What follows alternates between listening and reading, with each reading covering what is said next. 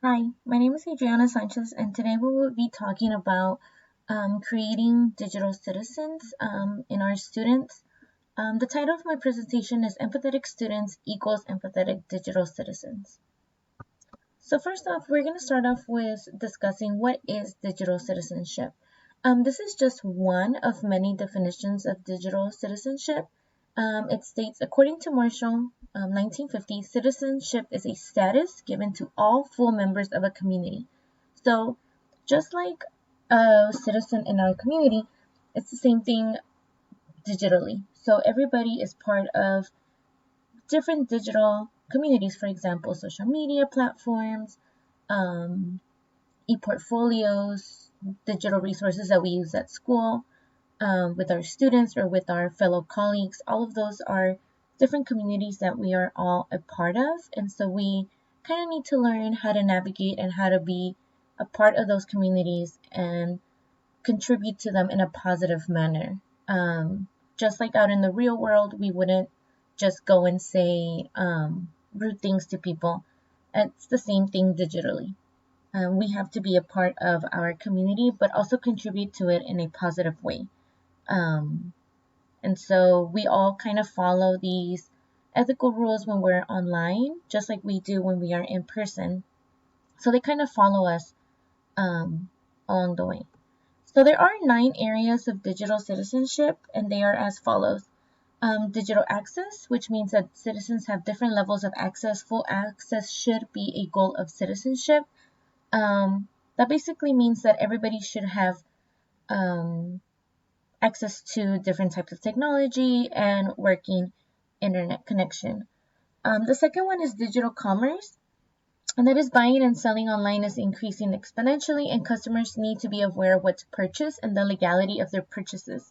That also goes with people that buy things on social media, for example, Facebook Marketplace.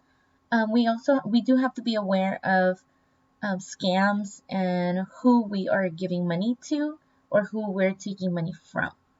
The third one is digital communication. That is, there are numerous ways to communicate online, and citizens need to make wise decisions in what and how they communicate. This one is a very important one for students to understand, and also for parents and even us as educators. Just knowing how to talk to one another online and knowing that what we post and what we say online can come back to us and can have consequences. The fourth one is digital literacy. Thus, technological literacy requires citizens keep up with digital changes. This one is a harder one just because technology keeps changing so drastically and so quickly that sometimes it's kind of hard for older users to keep up with the different ways to use technology appropriately, and also how, and that kind of leads to adults not knowing how to teach their children how to use technology appropriately. The fifth one is digital etiquette. That means that citizenship comes with the responsibility to follow etiquette when communicating with others. Again, this one is more of understanding how to talk to one another online the same way they would talk to each other in person, knowing that what they say can have consequences. The next one would be digital law, which means that citizens have a responsibility to behave ethically and be aware of laws governing them.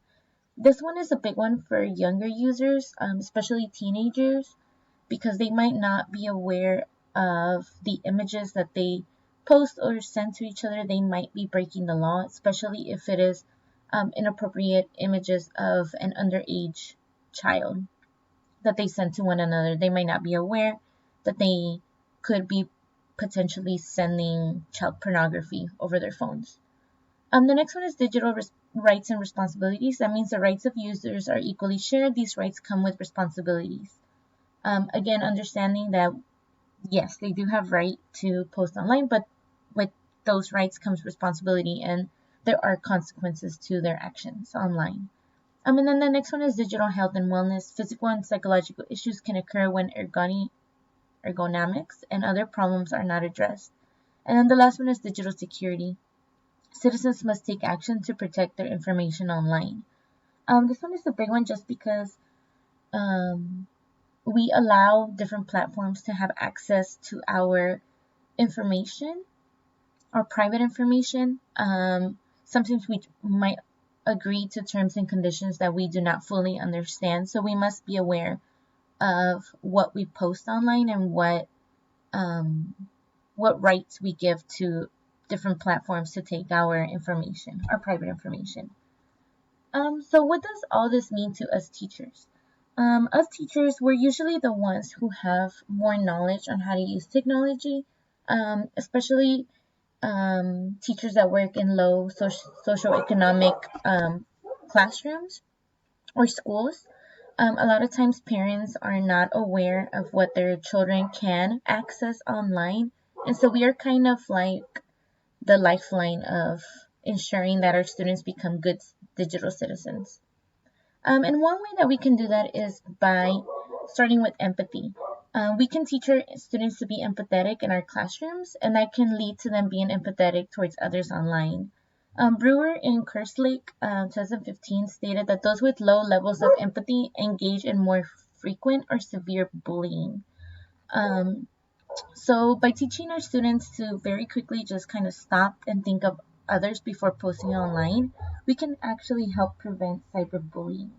So we can start the change in our classrooms. The impact that we make in our classrooms can be huge and can save actually potentially lives. So cyberbullying can be defined as an aggressive, intentional act carried out by a group of or individual using electronic forms of contact repeatedly and over time against a victim who cannot easily defend him or herself.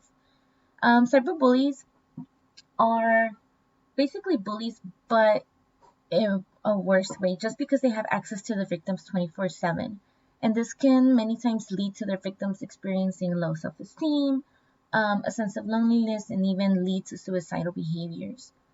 So it is important that we explicitly teach our students to put themselves into other people's shoes before posting online. We can also teach our students about digital footprints. We do need to allow our students to understand that everyone who uses the internet does leave a digital footprint behind. We have to make them stop and think about what would pop up if we were to Google ourselves. Would it be something appropriate that they would want their parents and teachers to see? Or would whatever we post online be harmful to ourselves and to others? So potentially we could work together with parents and guardians. Again, like I said, a lot of times parents and guardians do not understand um, the impact of technology and um, the effect that unlimited access to the internet can do to our students. So I think meeting with parents and setting in school and out of school online expectations can help with cyberbullying. Also, parents must know how to navigate the internet appropriately themselves in order for them to model for their children as well. So I think building trusting relationships with parents, they can see us as partners and we can work together to ensure that our students are good digital citizens in and out of school. So again, by allowing our students to use technology appropriately at school, they can use those skills to do the same at home. We do have to model as teachers how to use technology in our classrooms. For example, we can show them how to search safe content online. We can also research appropriate websites to use ourselves in our classrooms before we meet with our students. And then again, just have those explicit conversations with our students about the importance of good behavior online. We can save lives by preventing cyberbullying. We can also ensure that all of our students feel safe when they are navigating the web, because the internet is a place full of um, good information and good ways to access different resources that could help them in their education and in the rest of their lives with their careers. So making sure that we work with parents and with the students and all together, we can create good digital citizens.